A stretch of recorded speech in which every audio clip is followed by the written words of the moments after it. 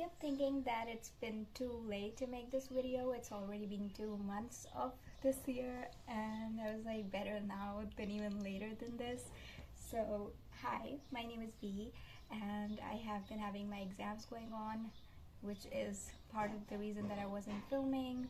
But now that I'm here, let's talk about it. So as you have seen the title, it's top 10 anticipated releases of 2023 that I've been waiting for, that I am waiting for even now. But another reason that it's only top 10 and not all of my anticipated releases of 2023 is because I have only 10. It's like so many books that are coming out this year. I either haven't read of those authors before, or they're the sequels to some popular series that I haven't even started. So yeah, let's just get into this.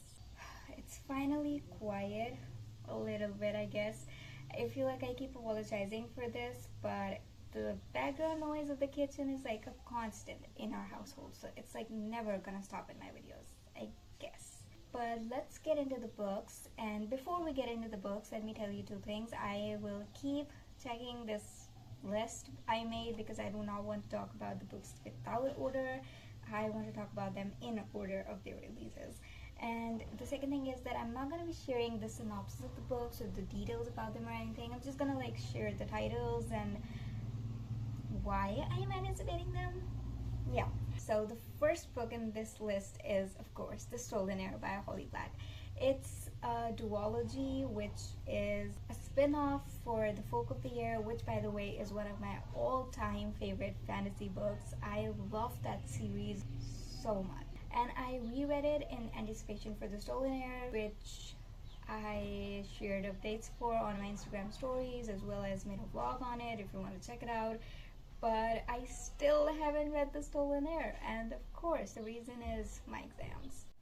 Already I got distracted. I didn't check the list and I was talking about a book, skipping one in between. But anyway, the second book in this list is Mysteries of Thorn Manor. It's kind of a novella, it's not a book. It is a sequel to Sorcery of Thorns, and even though I did not like that book much because I didn't like the protagonist and I didn't much connect with her, even though like the vibes of the book were really amazing, I don't know, I just didn't like the protagonist in it. But I loved two other characters in it, the love interest and a side character, for which I was like, yeah, I can definitely tolerate this girl some more if I get to read about them some more. So I ordered my novella and I've already read it. I loved it a lot. It was precious. And right after reading this, because I've seen Hannah from A Clockwork Reader talk about this a lot, I watched Howl's Moving Castle, and wow. I mean, I had no idea that it was based on a book. I don't know why I ever think that anything is not based on a book, because everything has been written first and then it's adapted, I think. But if I'm wrong, please do correct me. So I loved Howl's Moving Castle, and as I was watching it, I was like, this is so right. The vibes are so like Sorcery of Thorns. I mean, Sorcery of Thorns vibes are so like Howl's Moving Castle would be right to say. And there were definitely similarities, and I loved it so much that I was like, I need to read this book now, even though I've watched the movie. And then a friend of mine told me that the book is like so different, and then I was like, why am I surprised? But then anyway, yeah, I am definitely gonna read that. Another book added to my endless TBR. That's just how it happens.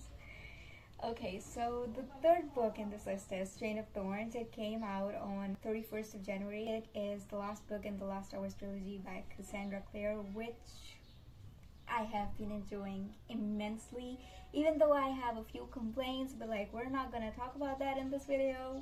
Yeah, the thing is, I'm super mad that I still do not have my copy yet. I don't know what it is. I don't know if it's something about my country, the stock hasn't arrived or something, but it's March going on, guys, and I still do not have my book, and I have no idea when it will arrive either.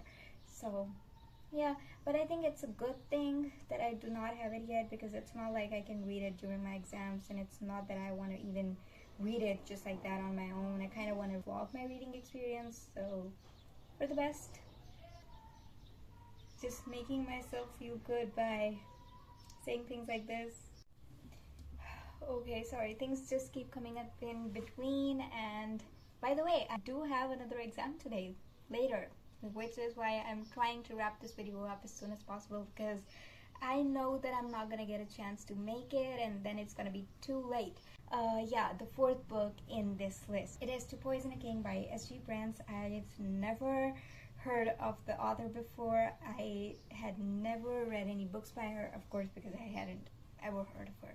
But anyway, she approached me with an advanced reader's copy, and I was like, let's see, because usually when I get ARCs and requests for them, I either don't get to them. I usually have to like decline because of reasons of the life I have, and also because most of the time I do not feel like, you know, genuinely reading them. I feel like I only have to read them to review them, and then I just lose the, you know, enjoyment. I'm not able to enjoy it as much. So anyway, when I get a copy that I have to review, that I know I have to review, then I just feel so off. When Prince approached me with this, and she told me that her adult fantasy standalone has very similar vibes to the Winter Night trilogy, which by the way is one of my favorite trilogies of last year, I was like, yeah, sure, let's look into this. So at first I was like, no, this author is probably just selling her book to me because she's seen that I love this other trilogy. But then I read the description, and even though I know that most of the time the description of a book can be very misleading, I still felt like it was very promising. So I kind of took that offer and agreed to it, and then even though the book is going to be coming out on 4th of April, I of course got the advanced reader's copy and I read it, and guess what? It did not disappoint. Actually, it did not disappoint, does not cut it. I loved it. I loved it so much that even I was shocked that this book is so good. I loved the writing. I loved the story. I loved the character, you know, the main character. If you want to know more about the book, I have written a review for it. I will link it in the description bar below. But even if you don't want to read my review or something, definitely check out this book. I'm telling you, it's so good. Like, everybody needs to read this. I can see this, that, you know, either people are going to be like loving it a lot and it's going to be a very popular book soon, or it's going to be one of those underrated gems, which I will recommend for life. I love it that much. Okay, I forgot which was next. Happy Place by Emily Henry. Even though I haven't read any other books by this author, I have 2 of her books on my TBR, which I've read really good things about from people whose taste in books I absolutely trust most of the time. But anyway, I read Book Lovers last year and I loved it so much that I was like, yeah, okay, sure. Even if like her books are disappointing, even if they're like not 5 stars or something, at least I'll enjoy her books. At least that much I'm sure of. So yeah, Happy Place is definitely on this list because of that, and it's coming out on 25th of April. Yeah, I keep checking the list. Anyway, so the next book in the sign is A Curse for True Love. It is the 3rd book in Once Upon a Broken Heart trilogy by Stephanie Garber. And okay, let's just talk a little about Carvel. I read Carvel, which is the 1st trilogy by Stephanie Garber in this world. The Once Upon a Broken Heart trilogy is a sequel, spin-off kind of thing to it. So I read Carvel, and even though the premise and everything was like really good, and yeah, I did not like it. I wasn't a fan. I still haven't rated the 1st book, I believe. I don't know what to rate it, but I hated the 2nd book. No, I think I liked the 2nd book more. I hated the 3rd book. But there was this one character from the Carvel trilogy, Jax, that had a lot of potential, which was, you know, just building up, and like his character was not really getting the attention that he deserved. But yeah, fine, okay, he was a side character in those books, so we get it. But then he got his own books, which is Once Upon a Broken Heart, and which, by the way, is the main reason that I even started this book. So I started Once Upon a Broken Heart in December last year, and I was not expecting a lot because I had high hopes for Carvel. Even though I was not expecting much when I was going into it, I was still hoping that it would be, you know, at least as good as a 3-star or 3.5-star book, but it wasn't.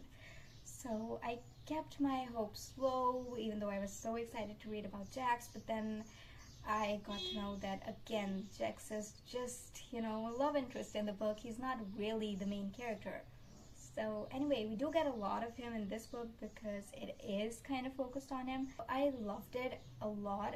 I really liked how his character was shaped and how Stephanie Garber was developing him and adding depth to his character. So right after I finished that, I read the sequel, which is The Ballad of Never After, and I loved it a lot. You know, just after reading those two books, I was like, yeah, I'm definitely gonna be waiting for the third book. When is it coming out? And I have immediately added it to my TBR. It is coming out when A Curse for True Love comes out on 12th September. I'm just so glad that most of these books are coming out in different months, because I don't think I can save that much to spend on books in 1 month. Whoa. Okay, so next is The Chalice of the Gods by Rick Riordan. Wow, okay, I know that so many people have read Percy Jackson in their childhood, but I had not read it, just like I hadn't read Harry Potter. But I read Percy Jackson and the Olympians last year, and then I read Heroes of Olympus this year. Of course, I'm anticipating this book. I am so excited. I'm enjoying it so much. I still have to read all the other books. I haven't read the stories in between and stuff, but just, yeah, that's one of the books that I'm totally anticipating. And I'm so glad that I read the Percy Jackson books that I have read, because otherwise I'd be missing out on such pure happy stuff, you know, like these books are so good, even though like there's things that make me cry. Yeah, I love these books. Also, I'm really excited for the adaptation that is coming out by Disney, even though I don't know when I will be able to watch it, but yeah. Alright, next is, the 7th book. I lost count in between. Thanks to this list, I remember now. So the 7th book is Swordcatcher by Cassandra Clare. It's going to be her first adult fantasy novel, and since I love Cassie's Shadowhunter books so much, I'm really anticipating these, even though I haven't read her middle grade series that she co-wrote with Holly Black. I really am anticipating this one. I know nothing about it, even though I've been getting newsletters and she's been sharing snippets and all. I've been trying to stay away from all of that so that when I get into this book, I'm surprised. Second last book on this list. Okay, so this book is by V.E. Schwab, and before I talk about the anticipated release and its title, which I think you've probably guessed already, but anyway, I read The Invisible Life of Addie LaRue, which was the first book by this author that I read, and I hated it, simply hated it. And you know, I didn't stop at that because I knew what I was getting myself into. I'd heard a lot of good things about V. Schwab's other books, and I'd read a lot of average and bad stuff about The Invisible Life of Addie LaRue. Or maybe it's just the people that I follow or the people whose reviews I read that I saw only this stuff, but like, I knew what I was getting into when I read The Invisible Life of Addie LaRue. I knew that if I read something disappointing by this author first, then at least I'm only going to be going up.